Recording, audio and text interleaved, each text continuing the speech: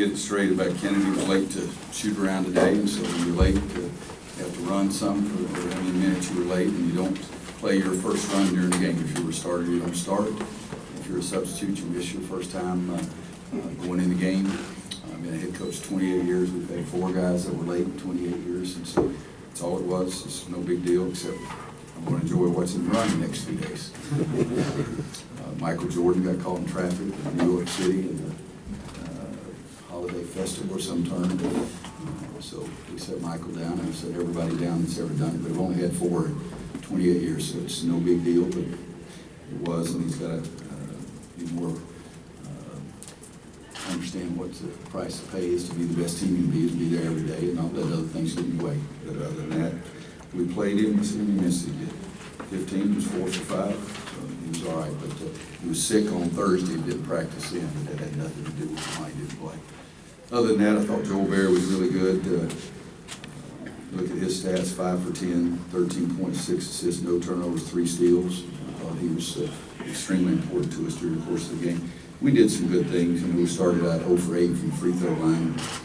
Been joking with some of you guys. Every time you guys say how great we are shooting the ball, we stink it up. So we talked about it again this week, but we were 11 of the last 14. Look at the stats. The biggest thing is points after turnovers. We had 30 points in that way, and they only had 5. We caught them when they were underhanded, undermanned, with the 2 guys that were hurt. Our defense did force some turnovers, and they just had more turnovers than we usually have. Okay. Coach, I think it was the 4th time in 5 games that Joel has not had a turnover. What's been the key to his progression? Oh, he had a turnover of the brain one time on an out-of-bounds play, but to the right on the other kind. But he's really just played good basketball. And I said, I guess, in the press conference yesterday. Yes, that's right. That's when we talked about pretty blue paint in this room compared to some other rooms. He worked harder in the offseason, worked on his shot in the offseason, and he's really stepped up and done some good things for us on both ends. He's been very consistent on the defensive end. But when you have a guard that handles the ball and doesn't turn it over like that, it's really important too. Was it good to see the ball go in the basket a couple times for Marcus? Well, for everybody. But Joel's been making some. He was 2 for 6, Marcus 3 for 8. Theo, happy to see Theo make his also. He had maybe 1 in 4 or 5 games. He was 3 for 3, I think, against Clemson. So close. But he was wide open and standing still. It was a good shot. He shot it and it went in. So it was not a relief, because I really do believe we're going to make shots. We just have to make them with the frequency that I want us to make it. 12 of the turnovers that they had were steals by you guys. What were you guys do? What did you like about what you guys did to be active and get out there and get the ball? We tried to pressure. In fact, we tried to run some scrambles, but every time we did, the double team was a friendly double team. Double team's supposed to put the guy in jeopardy, to take away his vision or his balance, and we were double teaming. He was just looking across court, throwing it, and they made 2 open threes. So more in the second half, we just went straight to our regular man-to-man pressure, and I think Justin and Joel, Marcus, those guys on the perimeter really did a good job fighting through some of those dribble handoffs. You've talked some about the schedule. You've talked some about the schedule, the unbalance, or the imbalance, I guess. Is there a sense that now kind of the meat of it starts going to Notre Dame? Yeah, I think it's, we play Notre Dame next? Louisville. Notre Dame. Dang, I thought I was really wild. Everybody telling me we're going to Louisville. It's what it is. We've said it all year long. You don't know what the schedule is until you get into it. You don't know who's going to be great. I think Clemson has really done some good things early and beat a lot of ranked teams.